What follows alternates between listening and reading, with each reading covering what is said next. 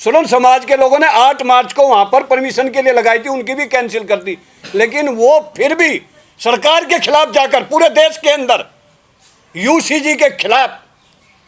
प्रदर्शन किया। क्या इस देश का 56 इंची सीना जो वर्ल्ड में अपने आप को कहता मैं सबसे ज़्यादा ताकतवर हूँ, क्या एक पर भी मुकदमा कर उसके खिलाफ जेल में भेजने का काम किया? अगर यही काम हम लोग 11 मार्च को जो हमारी परमिशन कैंसिल करी है, अगर यही विदा पीपल के लोग अगर वहां पर पहुंचकर प्रदर्शन करते तो हमारे पर मुकदमा बना दिया जाता। तो ये हमारे साथ धोखा किया जा रहा है। मैं देश के प्रधानमंत्री को कहना चाहता हूं, देश के गृह मंत्री को कहना चाहता हूं, आप एक तरफ तो जो है ओबीसी की बात करते हो और दूसरा सुप्रीम कोर्ट से उसका आदेश भी पारित कराते हो, और उसके बाद तुरंत ही 4 आदमी 10 आदमी 100 आदमी रोड पर निकलते हैं और सुप्रीम कोर्ट उसको स्टे कर देता है। ये कहीं ना कहीं राजनीतिक फ्रॉड और राजनीतिक षड्यंत्र के तहत हम ओबीसी के लोगों को बांटने का काम कर रहे हो, ओबीसी को बेवकूफ बनाने का काम कर रहे हो। और मैं खासकर ओबीसी से कहना चाहता हूँ, SC ST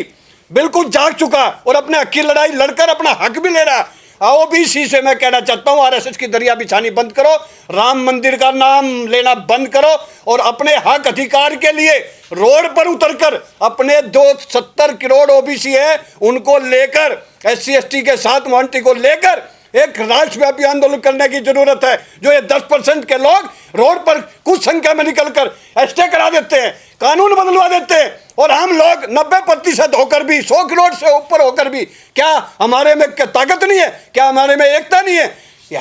लेकिन हम बटे हुए हैं, अब हमें बटना नहीं है। और 11 मार्च को मैं कहना चाहता हूं कि भारी से भारी संख्या में कॉन्स्टिट्यूशन क्लब पहुंचकर देश में होने वाली जाति जनगणना के अंदर अगर ओबीसी का कॉलम नहीं हुआ और ओबीसी वर्ग की जाति का कॉलम नहीं हुआ तो देश के प्रधानमंत्री को कहना चाहते हैं हम लोग रोड पर उतरेंगे, इस जनगणना को बिल्कुल नहीं होने देंगे। अगर यह जनगणना हुई तो पूरे देश का 100 करोड़ लोग एक एक आदमी रोड पर उतरकर जहां जहां भी यह जनगणना होगी उसको रोकने का काम करेगा। इसलिए मैं देश के प्रधानमंत्री को कहना चाहता हूं कि जाति जनगणना के अंदर ईमानदारी से पिछड़ों की भी, अगड़ों की भी, EWS की भी, सबकी जनगणना कराई जाएगी। साथियों, 11 मार्च को दिल्ली के कॉन्स्टिट्यूशन क्लब के अंदर 2 बजे से 8 बजे तक विदा पीपल, संविधान बचाओ संघर्ष समिति, बहिष्कृत समाज, यदुवंशी महासभा, जय भीम तमाम संगठनों के माध्यम से लगातार निरंतर देश में जो जातिगत जनगणना होने जा रही है मई के अंदर, प्रमुख मुद्दा उस प्रोग्राम में महाकुंभ के अंदर जातिगत जनगणना के अंदर जो SC ST के साथ जो सरकार ने अभी तक ओबीसी का कॉलम ना देकर उसको अन्य का कॉलम में डाला गया है, तो विदा पीपल और तमाम संगठनों की और तमाम 90% डायमंड वर्ग की ये मांग है कि अगर आप ईमानदारी से अगर देश में जातिगत जनगणना कराकर उसकी जितनी जिसकी संख्या उसकी उतनी हिस्सेदारी देना चाहते हो तो ईमानदारी से SC ST के साथ ओबीसी वर्ग का भी कॉलम होना चाहिए। और ओबीसी वर्ग के साथ साथ ओबीसी के अंदर जो 65 से 70 करोड़ हर देश में दूसरा व्यक्ति ओबीसी है, उसके अंदर ओबीसी के अंदर जो जाति आती है, जैसे जाट है, गुज्जर है, सैनी है, जो भी ओबीसी में आता है उस वर्ग का भी उसमें कॉलम होना चाहिए। ये विदा पीपल तमाम संगठनों की मांग है, क्योंकि आर्टिकल 15(4) ये बताता है लोकतंत्र के अंदर जब SC ST के साथ ECBC का भी उसके अंदर प्रावधान है तो वो क्यों नहीं हमारे जो ओबीसी का कॉलम उसके अंदर डाला जाए। तो ये हमारी मेन जो प्रमुख डिमांड है कि उसके अंदर ओबीसी वर्ग का कॉलम डाला जाए। दूसरा हमारी ये मांग है कि ओबीसी वर्ग के साथ साथ जो शरण समाज का जो मन्नुवाद लोग हैं उनका भी उसमें कॉलम डाला जाए ताकि उनकी भी जाति की संख्या पता लगे कि जो 77 वर्षों से जो देश के अंदर 10% होने के बावजूद भी 90% हर वर्ग आर्थिक सामाजिक न्याय के साथ साथ राजनीतिक हो, प्राइवेट सेक्टर, सब जगह मीडिया पर कब्जा जमाए बैठे, उनकी भी सच्चाई देश के सामने आनी चाहिए। और अगड़ों के साथ साथ जो 10% EWS का जो बिना संविधान के तहत इन्होंने जो आरक्षण दिया उन EWS की भी उसमें कॉलम होना चाहिए ताकि उसकी भी गिनती हो जाए।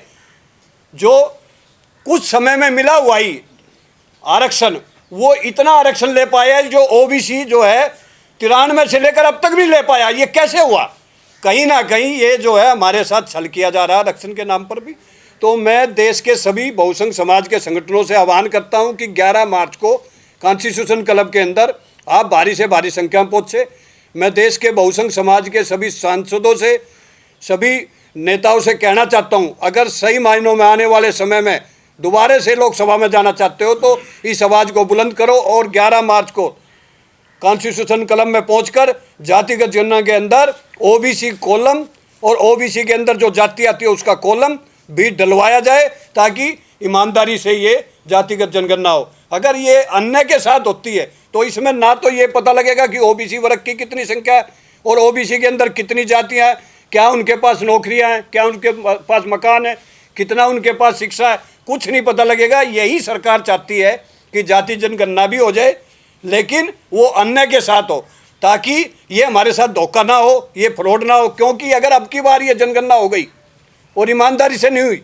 तो ये 14 साल बाद फिर 2041 में जाके होगी। तो अब हम इतना वेट नहीं कर सकते, इसलिए मैं कहना चाहता हूं अपने लोगों से कि 11 मार्च को भारी संख्या में पहुंचकर इस महाकुंभ को कामयाब करें और देश में जातिगत जनगणना के साथ ओबीसी वर्ग का और ओबीसी जाति का भी कॉलम उसमें डाला जाए, ये हमारी डिमांड है।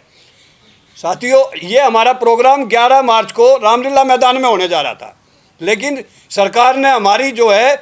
कैंसिल कर दी परमिशन को। लेकिन कल ही आपने देखा होगा पूरी देश के अंदर एक मुद्दा चल रहा है यूसीजी के खिलाफ, और जो जिसमें आर्थिक सामाजिक न्याय जो कमजोर हो उसकी योजना बनाकर उसका लाभ देने का काम करे, ये हमारी डिमांड है 11 मार्च को।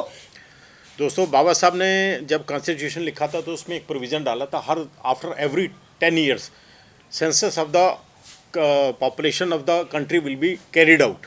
अब ये बहुत सारी जो सामाजिक संस्थाएं हैं, जैसे वी द पीपल है, पैगाम है, बहिष्कृत वेलफेयर फाउंडेशन है, यदुवंशी महासभा है, कोलीकोरी समाज की संस्थाएं हैं, ये काफ़ी सालों से ये प्रोग्राम करते आ रहे हैं। ये सब ज़मीन से जुड़े हुए लोग हैं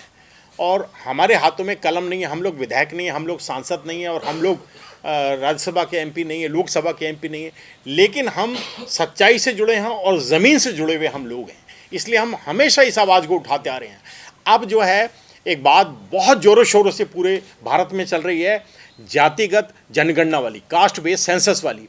अब आप ये बताइए, कास्ट बेस्ड सेंसर की किस लिए जा रही है? ये इसीलिए तो की जा रही है कि भाई देश में किन किन जातियों का कितना प्रतिशत है, उनकी कितनी जनसंख्या है, और जो उनके लाभ की जो स्कीम्स बनेंगी, योजनाएं बनेंगी, ये तभी तो बनेंगी जब उनका पूरा एक आंकड़ा जो है बाहर आ जाएगा। लेकिन अभी जो सेंसस होने जा रही है उसके अंदर जो क्लॉज नंबर 12 है उसके अंदर केवल एससी और एसटी का तो उसमें प्रोविज़न है, लेकिन सबसे बड़ा जो समुदाय हमारा भाई है ओबीसी, जो कि हर दूसरा या तीसरा व्यक्ति देश के अंदर ओबीसी है, उसके बारे में कुछ भी नहीं है। और अगर उसकी जो गिनती है और वो जो स्वर्ण समाज के साथ हो गई तो योजनाएं किन के लिए बनेंगी? आपको खूब अच्छी तरीके से पता है कि 15% तो एससी हो गया, 7.5% एसटी हो गया, ये 22.5% को छोड़ के जो जितनी भी प्रतिशत बचता है ये सारी की सारी जो है स्वर्ण समाज की जो है योजनाएं बनेंगी और हमारे ओबीसी भाई के हाथ कुछ भी आने वाला नहीं है। और ओबीसी जो है, इस मंच के माध्यम से हम अपने सभी ओबीसी भाइयों को और अन्य जो हमारे शोषित, पीड़ित, वंचित और उपेक्षित वर्ग के बहन भाई, उन सभी को ये चेताना चाहते हैं, जागरूक करना चाहते हैं, उनको जगाना चाहते हैं कि भाई अब अगर आप नहीं जागोगे तो ये गलत, अगर ये जातिगत जनगणना होगी तो इससे आपके जो आप आटा चावल चीनी खरीद के ये खाते हैं, अपरोक्ष रूप से इनडायरेक्ट तरीके से भी आप टैक्स देते हैं, तो आपको जो बेनिफिट मिलना चाहिए सरकार से वो नहीं मिलेगा। और अगर जातिगत जनगणना गलत तरीके से हो गई तो फिर आप भूल जाइए और आपके आने वाली नस्लें फिर आपको कोसेंगी कि जब देश के अंदर गलत तरीके से जातिगत जनगणना की जा रही थी तो ये जो हमारे नेता थे और ये जो हमारे बड़े बड़े सामाजिक कार्यकर्ता हैं, ये सब लोग क्यों सो रहे थे। तो ये बिल्कुल सही एक समय है, क्योंकि तो सरकार जो है, सरकार को आप सभी को पता है, आप मीडिया से संबंधित बंधु हैं, सारा का सारा अडानी जी, अंबानी जी के पास वो उसका बेनिफिट गया। और अभी जो 3 कारण हैं कि क्यों सरकार दब रही है, उसके 3 कारण मैं बताता हूँ। एक तो ये आपने एप्स्टीन फाइल का देखा और बड़े ज़ोरों से ये बात मीडिया में चल रही है कि माननीय प्रधानमंत्री जी भी उसके अंदर संलिप्त हैं और शायद इस बात से मीडिया को दूर करने का, प्राइम मीडिया तो बोलता नहीं है इस मामले पर, लेकिन जो आप जैसे यूट्यूबर्स हैं, जो ज़मीन से जुड़े हैं, जो सच्चाई को उजागर करने वाले लोग हैं, उन सब का भी ध्यान भटकाने के लिए एप्स्टीन फाइल के ऊपर कोई बात नहीं की जा रही है। तो ऑपरेशन सिंदूर हुआ था तो जब डोनाल्ड ट्रंप ने सीधा बोल दिया था कि भाई मैंने रुकवा दिया, तब प्रधानमंत्री जी क्यों नहीं बोले? और तीसरा ये जो मुद्दा है अडानी जी की, जो अभी एक फाइल अमेरिका चल रही है, अडानी जी को शायद बचाने के लिए प्रधानमंत्री जी बिल्कुल डोनाल्ड ट्रंप के किसी भी मतलब ये अत्याचार को सहते ही जा रहे हैं और कुछ बोलते नहीं। अभी आप ये देखिए, देश के अंदर जो बेरोजगारी का आप मामला ले लीजिए आप, या आप महंगाई का मामला ले लीजिए, कभी भी सरकार इन मुद्दों पर बोलने वाली नहीं है। और अब जो जैसा अभी सभी वक्ताओं ने बताया कि परसों 11 तारीख को एक बड़ा विहंगम कार्यक्रम जो है कॉन्स्टिट्यूशन क्लब मावलंकर हॉल के बगल में होने जा रहा है, उसके ऊपर 1 पॉइंट प्रोग्राम रहेगा। जातिगत जो ये जनगणना हो रही है उसके पर बड़े बुद्धिमान लोगों के विचार आपको सुनने के मिलेंगे। बहुत सारे लोकसभा सदस्य, राज्यसभा सदस्य भी उसमें आ रहे हैं, हम सब लोग भी उधर रहेंगे, और बहुत सारे ज़मीन से जुड़े हुए जो लोग हैं, जो जलते हुए चिराग हैं, वो सब वहाँ आएंगे और अपनी बात को रखेंगे, और आप सब लोग उसको कवर करें और पूरे देश में और विदेशों में उसको पहुँचाएँ, जिससे कम से कम हमारी सरकार की नींद जो है खुल जाए, और हमारे जो ज़मीन से जो जुड़े हुए लोग हैं, जो आज रोजी रोटी को परेशान हैं और उनकी अत्याचार उनके ऊपर हो रहा है, उनकी कोई सुनवाई नहीं है। देश के अंदर मतलब गरीब लोगों को आज न्याय भी नहीं मिल पा रहा है, और बेचारे अपना बर्तन बेच के, अपना थोड़ा सा अगर किसी पे जेवर है, जेवर बेच के, ज़मीनें बेच के केस लड़ते हैं, और अंत में उनकी हार हो जाती है। तो देश के अंदर justice delayed is justice denied, the same is happening in this country. Constitution club में प्रोग्राम होने जा रहा है, खास करके क्योंकि जातीय जनगणना में जो ओबीसी का कॉलम निकाल दिया गया, अन्य कॉलम में अगर जातीय जनगणना होती है तो उसमें कोई पारदर्शिता नहीं, उसमें सभी आ जाएंगे, जातीय जनगणना का कोई माने नहीं होगा। इसलिए सभी संगठनों से मेरा आह्वान है, किसान, जवान, पहलवान जितने भी हैं, सभी संगठनों से है कि कॉन्स्टिट्यूशन क्लब में भारी से भारी संख्या में पहुंच करके इस मुद्दे को कामयाब बनाएं, ताकि इस समय संसद सत्र चल रहा है, आपकी आवाज़ देश के बड़े लोकतंत्र में जाए और इसकी सुनवाई हो। और समय होते हुए अगर जाग गए, आप अपनी आवाज़ उठा रहे हैं, तो आने वाली पीढ़ियां भी कहेंगी कि जब देश में सब कुछ हो रहा था, न्याय अत्याचार हो रहा था, तो कम से कम प्रबुद्ध समाज, जागरूक लोग अपने हक अधिकार, आने वाली पीढ़ियों के हक अधिकार की आवाज़ उठाते थे। इसलिए समय का ध्यान रखें, 2 बजे से 8 बजे तक समय का ध्यान रखते हुए सभी संगठनों से मेरा आह्वान है कि समय पर पहुंच करके जो आएंगे, बाहर के अतिथि आएंगे, सबकी आवाज़ को सुनिए और इस आवाज़ को बुलंद करिए, क्योंकि आने वाले समय में अगर संगठित होकर के आवाज़ नहीं उठाए तो सारा हक अधिकार आपका छीन लिया जाएगा, और जैसे अत्याचार चल रहा है ऐसे चलता रहेगा। नमो बुद्धाय, जय भीम।